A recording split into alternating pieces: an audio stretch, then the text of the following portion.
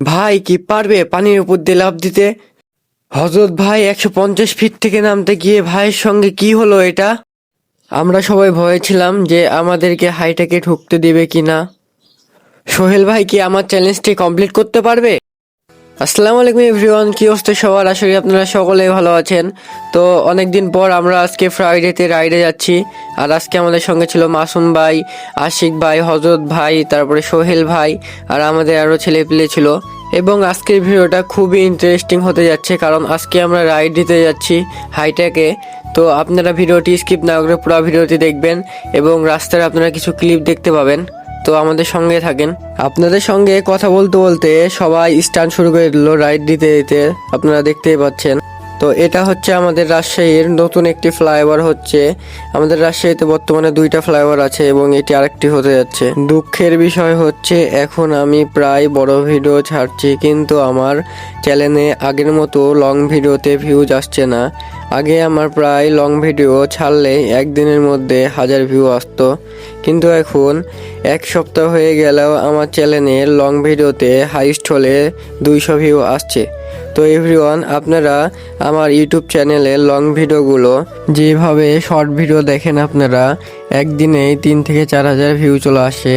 ওইভাবে যদি আপনারা আমার লং ভিডিও কমপক্ষে 1000 ভিউ হলেও চলবে, তাহলে আমার চ্যানেল মনিটাইজ হয়ে যাবে। এবং আমার চ্যানেল যদি মনিটাইজ হয়, তবে আপনাদের জন্য প্রত্যেক মাসে মাসে একটি ভিডিওতে গিভঅ্যাওয়ে করা হবে।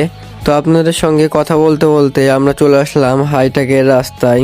তো দেখতে পাচ্ছেন এটা হচ্ছে হাইট্যাক পার্ক। তো এখন আমরা যাচ্ছি হচ্ছে হাইট্যাকে। ওইখানে আপনারা পদ্মা নদী দেখতে পাবেন। তো আমরা রাইড দিয়েছিলাম প্রায় 16 জনের মতো, কিন্তু আমরা শুধু 4 জন সামনে ছিলাম আর 10 জনের মতো, মানে 12 জনের মতো সবাই পিছিয়ে ছিল। তো দেখতে পাচ্ছেন আপনারা আমরা হাইট্যাকের মধ্যে যাচ্ছি আর এখানে কতটা ভিড়, আর সবাই আমাদের দিকে তাকিয়েছিল এতগুলা সাইকেল দেখে। হাইট্যাকের ভিতরে ঢোকার পরে দেখেন কতটা ভিড়, আর এইখানে এসে আমরা কত সুন্দর ওয়েদার দেখতে পেলাম দেখেন আপনারা।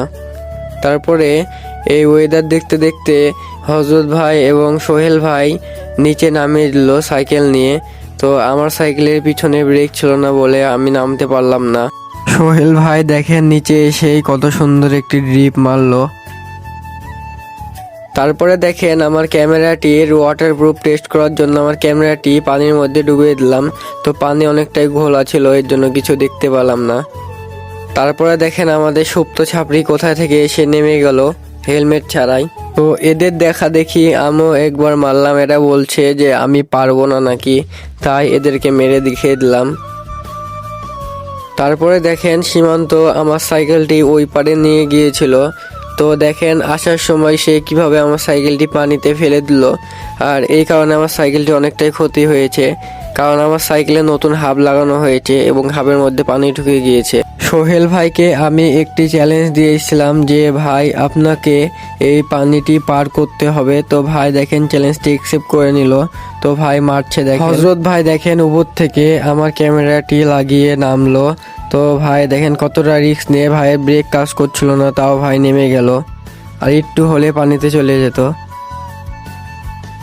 সন্ধ্যা হয়ে গিয়েছিল বলে আমরা বাসার দিকে ফিরছিলাম। তো দেখেন এখনো অনেকটাই ভিড় হাইট্যাকে। আর এরকমই যদি আপনারা ভিডিও দেখতে চান তাহলে কমেন্ট করবেন। এবং আজকের ভিডিওটা এই পর্যন্ত ছিল। সন্ধ্যা হয়ে গিয়েছিল বলে আমরা বাসার দিকে ফিরছিলাম। তো এইখানে দেখেন সবাই ফ্লামিঙ্গো মারছিল ফাঁকা রাস্তা দেখে। তো এরকমই যদি আরও ভিডিও দেখতে চান দ্রুত কমেন্ট করবেন। আজকের ভিডিওটা এই পর্যন্তই ছিল। আসসালামু আলাইকুম।